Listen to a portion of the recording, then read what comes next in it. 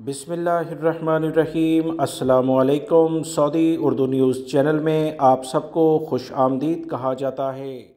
Saudi अरब में रहने वाले तमाम गैर मुल्की अफराद जिन्होंने इस साल हज के लिए बाकायदा एप्लीकेशन ऑनलाइन जमा कराई हैं, याद रखें रात 12 बजे से बाकायदा आपको SMS आने शुरू हो जाएंगे। 48 घंटे का आपको टाइम दिया जाएगा, यानी 2 दिन में आपने जो भी मतलूबा रकम है जो वैल्यू एडिड टैक्स के साथ आपको जमा करानी होगी वो उसका आप बंदोबस्त कर लें।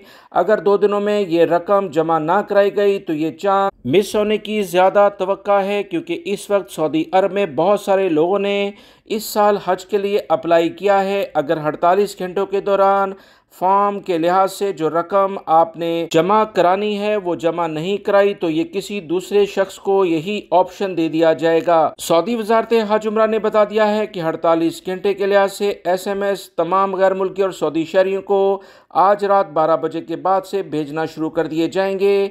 लिहाजा 48 घंटे का टाइम बहुत ज़्यादा अहमियत रखता है। इस लिहाज से आप अभी से जो भी आपने अगर किसी दूसरे शख्स से रकम लेनी है या आपको इंतज़ाम करना है तो इसका अभी से बंदोबस्त कर लें। वीडियो लाइक करके शेयर भी कीजिएगा। अस्सलामु अलैकुम।